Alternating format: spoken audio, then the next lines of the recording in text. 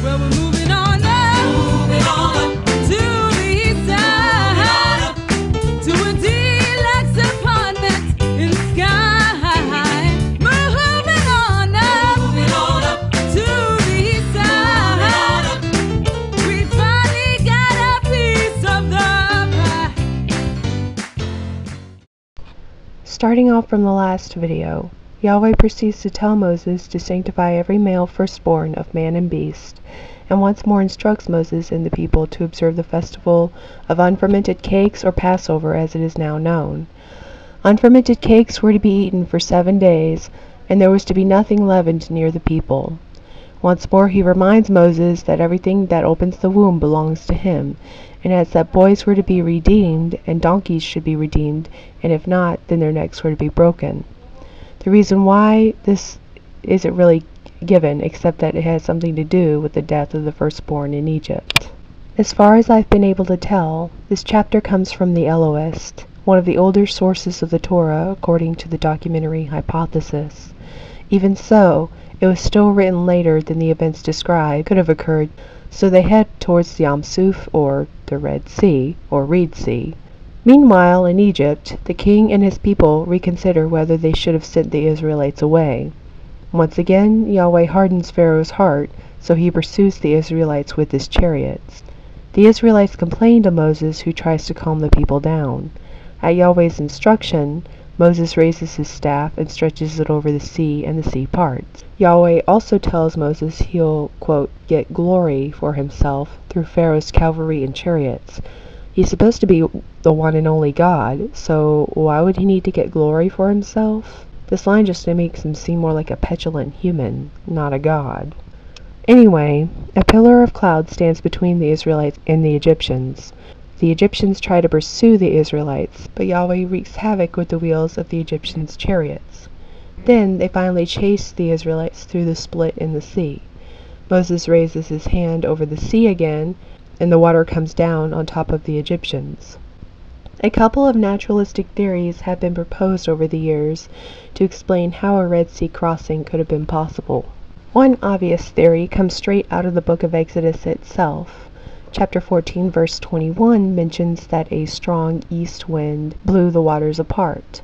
There's a problem with this theory, though. In order to have a wind strong enough to blow as much water as it would take to cause people to be able to pass over on dry land, the wind would have to be very strong indeed. As I doubt the Israelites would bother to go so far south as to cross the modern Red Sea, let's look at two more likely candidates, the Gulf of Suez and the Gulf of Aqaba on either side of the Sinai Peninsula. Let's start with the Gulf of Suez. The average depth of this gulf is 40 meters, or 130 feet. The world's highest recorded storm surge belongs to the tropical cyclone Mahina, which had winds that reached as high as 125 miles per hour and hit northwest Australia in March of 1899. The storm surge was measured at 13 meters, or about 43 feet. Using this storm surge and the wind speed, we can attempt to calculate how high a wind speed would be needed to lift 130 feet of water.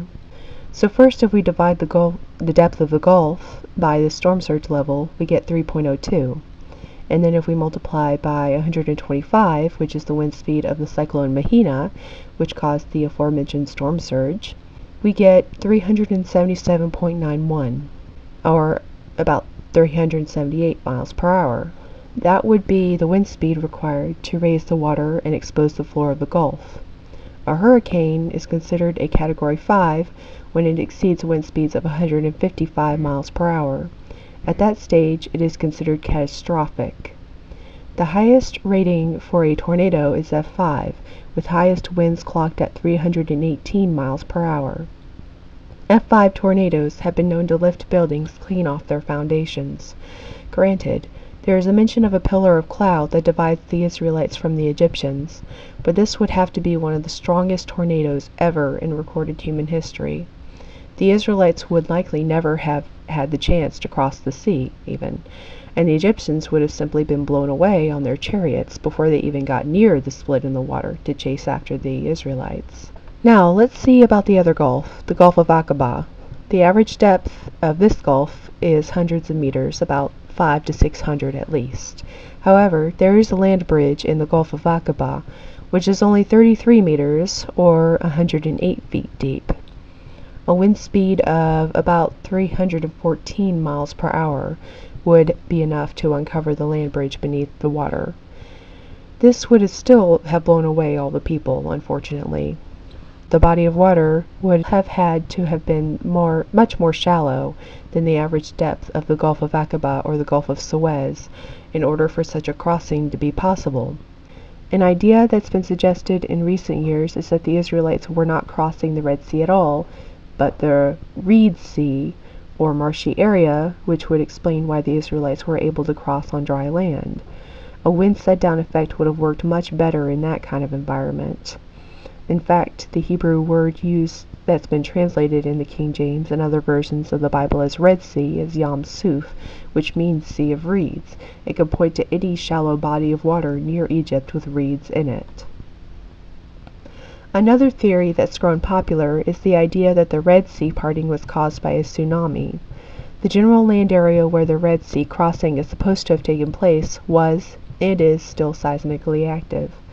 And there is evidence for at least one earthquake occurring between 3,000 and 3,200 years ago. Recently, a statue of Amenhotep III has been unveiled at Luxor that had previously been toppled over in an earthquake about 3,200 years ago. A tsunami is a series of sea waves generated by sudden displacements in the sea floor from earthquakes, landslides, or volcanic activity, and could range from a few inches high to a record of over 1,700 feet high in Lituya Bay, Alaska. However, the initial drawback preceding a tsunami generally takes only a few minutes to occur, rather than hours, as would be indicated by the Exodus narrative. Thus, either a tsunami simply isn't possible given the number of people and the amount of time the water took to recede, or the writers exaggerated the event and there were far less people that crossed the water. And these people certainly would not have been able to cross the Gulf of Suez or the Gulf of Aqaba in time before the first tsunami wave hit. Then Moses and the Israelites sing a song with Miriam the prophetess, who really hasn't been mentioned until this point. What kind of prophecies does she make exactly? I can tell you right now, the rest of the Bible doesn't really tell us. So anyway, the Israelites sing a song of victory, commonly referred to as the Song of the Sea, and is about what you'd expect, the drowning of the Pharaoh and his chariots in the sea. Some parts of it have been written later than others. For instance, verse 19 was added on by the redactor just prior to the return of the Babylonian exiles. That last verse actually does look kind of awkward, tacked on at the very end of the Song of the Sea. I think the rest of the song has been through more than one edit over time, although I have no way to prove whether this is true or not. I believe at least some parts of this are rather old, at least compared to the Deuteronomist source, because of chapter 15, verse 11, where the author says, quote, "Who is like unto thee, O Lord, among the gods? Who is like thee, glorious in holiness, fearful in praises, doing wonders?" End quote. This suggests the acknowledgement of other gods, which the later Deuteronomist authors would have likely shunned. In fact, I think the Deuteronomist would be more likely to say that there was no God but Yahweh, not that there was no God as strong as Yahweh, because that would have still been an acknowledgement of other gods besides Yahweh. Then verses 14 and 15 mention all the groups of people that will be afraid because of the Israelites. Palestina, which I can only assume refers to the Philistines, Edom, Moab, and of course the Canaanites are mentioned. Most of this was likely composed prior to the Babylonian exile period. So then Moses takes his people to the wilderness of Shur and marches for 3 days. They arrive at Marah, but the water there is bitter, and the people complain. So Yahweh instructs Moses to put a tree into the pool of water, and this makes the water sweet. Yahweh makes a covenant with the people and seems to go back and forth between the first and third person in kind of a weird way. Then the people go to Elim and camp there temporarily. Then the people leave Elim and go to the wilderness of Sin. While there, they complain they have no food. Yahweh tells Moses that he'll provide manna to test them. He says they must gather 1 day's worth of manna for 5 days, and then 2 days' worth of manna on the 6th day. He also promises meat in the form of quails to eat in the evening. Most of the verses written about the manna come from the priestly source, and there is an emphasis on the weekly Sabbath, as well as the emphasis on strict adherence to the law. The writer describes the manna as white like coriander seed, and it has a taste like flat cakes with honey. These are great descriptions of the manna. Unfortunately, they are wrong for the manna in the Sinai Peninsula. Apart from a video of Walter Matfield, a user on YouTube, in which he gives detailed differences between the Sinai manna and the manna in Mesopotamia, which is where the manna described in the Bible actually comes from, I did conduct some independent research of my own. I found an article called The Manna of Sinai, which describes the manna of the Sinai desert that appears on tamarisk bushes as pinned to pea-sized grains that are sweet. While an old article from Daytona Beach Morning Journal from the late 60s describes perfectly the manna in the Exodus narrative as coming from Iraq, or what in ancient times was called Mesopotamia. The Israelites leave the wilderness of sin, and the people begin to quarrel because once again they have no water. Moses cries to Yahweh for help, and Yahweh has Moses strike a rock to get water out of it. Then the Amalekites fight the Israelites, and the Israelites beat them because Moses has his hands held up. Then Jethro comes to visit, and Moses tells him what happened in Egypt, and Jethro praises Yahweh.